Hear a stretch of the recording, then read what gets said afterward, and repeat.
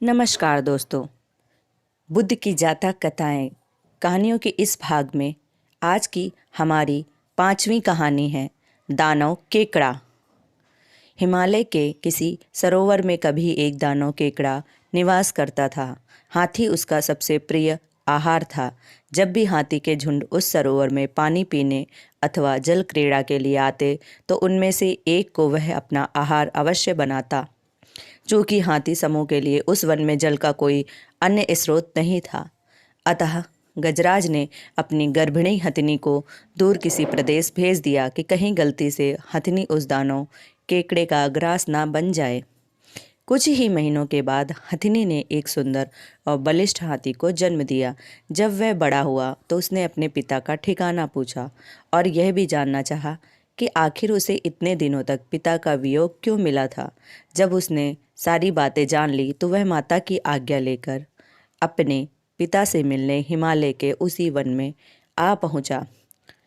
फिर उसने पिता को प्रणाम कर अपना परिचय देते हुए उस दानव केकड़े को मारने की इच्छा व्यक्त की और इस महान कार्य के लिए पिता की आज्ञा और आशीर्वाचन मांगे।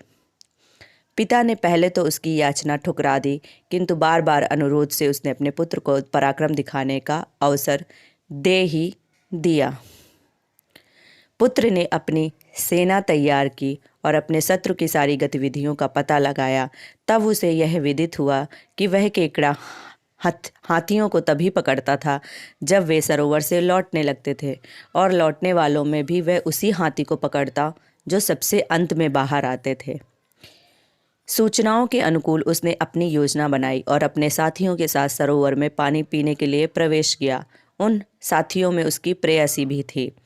जब सारे हाथी सरोवर से बाहर निकलने लगे तो वह जानबूझकर सबसे पीछे रह गया। तभी केकड़े ने उचित अवसर पर उसके पिछले पैर को इस प्रकार पकड़ा जैसे एक लोहार लोहे के एक पिंड को अपने चिमटे से पकड़ता है। हाथी ने जब अपना पैर खींचना चाहा तो वह टस से मस भी न हो सका। घबरा कर हाथी ने चिहाड़ना शुरू किया, जिसे सुनकर हाथियों में भगदड़ मच गई। वे उसकी मदद को ना आकर इधर उधर भाग खड़े हुए। हाथी ने अपनी प्रेयसी को पुकारा और उससे सहायता मांगी। प्रेयसी हाथी को सच्चे दिल से प्यार करती थी। तत्काल अपने प्रेमी को छुड़ाने के लिए उसके पास आई और केकड़े से कहा, तू है एक बहादुर केकड़ा, नहीं है तेरे जैसा कोई दूसरा, हो वह गंगा या नर्मदा, नहीं है शक्तिशाली तेरे जैसा कोई बंदा। मादा हाथी की प्यार भरी बातों से प्रसन्न हो केकड़े ने अपनी पकड़ ढीली कर दी। तभी हाथी ने प्रसन्नता भरी चिंगाड़ लगाई, जिसे सुनकर सारे हाथी इकट्ठे होकर उस केकड़े को ढकेलते हुए डेथ पर ले आए और पैरों से कुचल कुचल कर उसकी चटनी बना दी। निष्कर्ष, सच्चा प्रेम वही होता है जो हर मुश्किल घड़ी में साथ देता है। धन्यवाद।